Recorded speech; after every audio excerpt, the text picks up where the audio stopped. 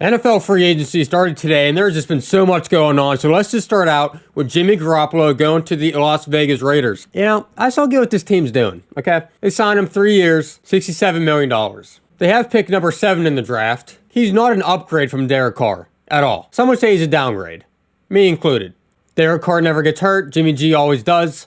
And for me, the biggest issues with the Raiders is their defense. Every year that Carr has been their quarterback, they've ranked 29th to last place. So with them signing Jimmy G, I'm just thinking to myself, okay, maybe they'll try to get a good corner in the first round. I don't know, something to help their secondary. Then they traded away Jarrett Stidham to the Broncos, and now their backup to Jimmy Garoppolo is Chase Garbers. Look at this guy. First of all, he looks like the happiest man on earth. He's a rookie, he's 23, I know nothing about him. So now I'm thinking the Raiders are still going to draft a quarterback. I guess to mentor behind Jimmy Garoppolo. I don't like it. I don't think Jimmy Garoppolo is going to do well here. I think the reason why he did so well was because of Shanahan in San Francisco. I know he has history with Daniels in New England, but let's be real, Daniels has not been a good head coach whatsoever. Overall, don't like what the Raiders are doing at the QB situation, and I feel bad for Davante Adams. He went from Aaron Rodgers to Derek Carr, and now to Jimmy Garoppolo. Sucks. Next up, arguably the best defense in the NFL, the 49ers made a big move. They signed Javon Hargrave to a 4-year, $84 million contract. Front 7 was insane last year, and it just got better. Nick Bosa, Fred Warner, Eric Armstead. Secondary could use some work, but man, they are going to be incredible next year. He had a career-high 11 sacks last year, and it's crazy to think that this guy used to be a Steeler. And speaking of used to be a Steeler, oh my goodness, Cam Sutton is going to the Lions. I cannot believe we got rid of him. He signed with Detroit, 3 years, $33 million. Steelers secondary struggled to begin with, even with him.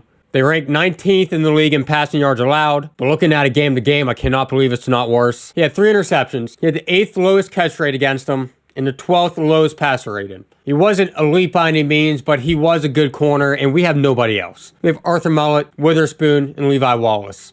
These guys suck. Now, the Lions secondary is also terrible. I just don't see Sutton as a true number 1 corner, but he's not bad. And to lose him sucks. I feel like Pittsburgh's going to take a corner in the draft. A lot of people are saying Joey Porter if he gets that far, but the Pittsburgh Steelers' track history in drafting corners is not good. So their secondary going into next season is a huge concern. Next up, the Kansas City Chiefs signed Jawan Taylor from Jacksonville to a 4-year, $80 million contract. Now, this is showing that they're probably not going to re-sign Orlando Brown, which is very surprising to me.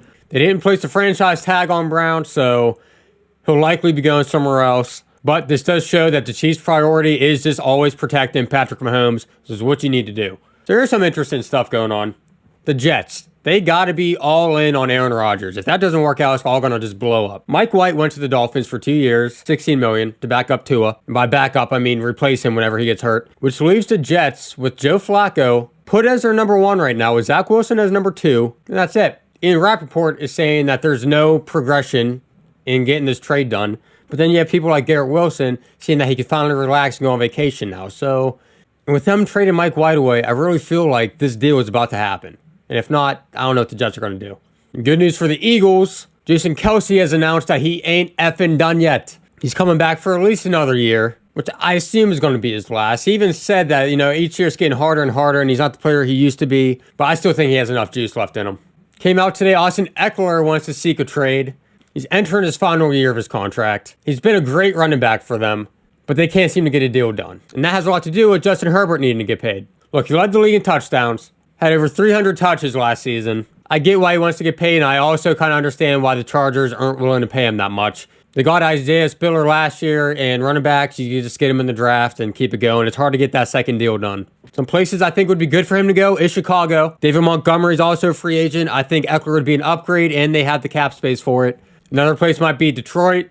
They might be losing Jamal Williams. And maybe even Miami. They haven't really found their true running back yet. Also, Chris Lindstrom became the highest paying guard in the NFL for 5 years, $105 million. The Bears signed TJ Edwards to a 3-year, $19.5 million deal. Patriots made a good move, re-signing Jonathan Jones to a 2-year deal. Denver got an upgrade at guard with Ben Powers, and also Mike McGlinchey to a 5-year deal worth $87 million. Huge upgrade for the offensive line in Denver. And while I'm filming this, I see that the Bears made another defensive move, signing Tremaine Edmonds to a 4-year deal worth $72 million. I had slight hope that Pittsburgh was going to pick him up, but I knew he'd be too much money, so I'm not too surprised. Good for the Bears. I think they had a fantastic first day of free agency. Let's see if they can adjust that secondary. When I say give it time for the Steelers to make a move, they signed Patrick Peterson to a 2-year deal. This would have been very exciting, maybe, I don't know, 3-5 years ago. Not saying it's a bad pickup, but he was a part of the worst defense last year in Minnesota. But I do think he could be a good mentor to some of the younger corners that we have and potentially will draft. It's a good pickup, but it's not super exciting by any means. And also, the Falcons get a good pickup. Jesse Bates, 4-year deal, $64 million. Can't believe the Bengals didn't extend him, but it kind of makes sense knowing that Joe Burrow is about to have to get a massive payday. And lastly, Calais Campbell got cut from the Ravens. Happy to see it as a Steelers fan. I still think he's a good player. They're just trying to make some cap room. They saved $7 million by cutting him. Maybe that's due to them trying to sign Lamar. They're earning a lot more than $7 million. Wouldn't be surprised if the Chiefs picked him up. That's all I got. A lot of exciting news today. Not too exciting for the Steelers, which kind of blows, but give it time. Comment down below what your favorite move of the day was, and we'll catch you next time. Peace.